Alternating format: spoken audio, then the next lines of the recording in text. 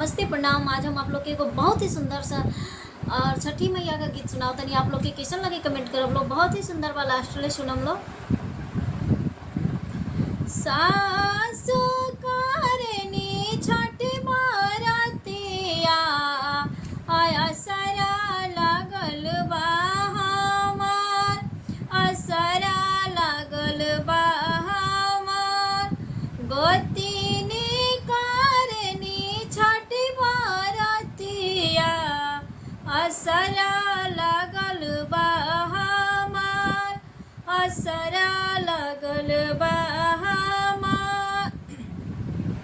7 साल भइले गवन के गोदिया भरल ना हमार, गोदिया नहीं बड़े लाल।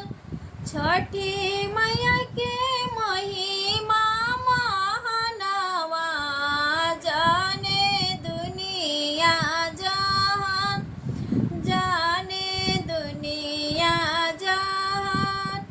आदित्य देव के महिमा महानवा जाने जग संसार, जाने जग संसार।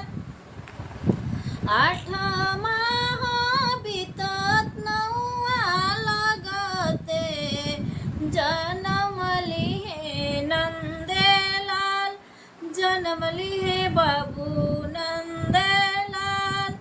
सासु तायली लाहासल लिहले पोता जन्म हमार, लिहले पोता जन्म हमार।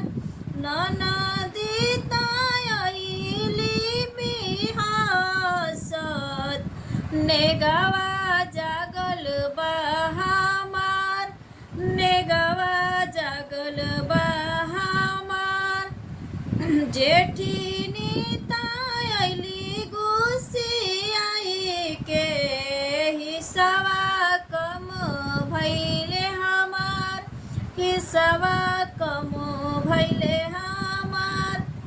सासु करेली छठी बरतिया असरा लागल बा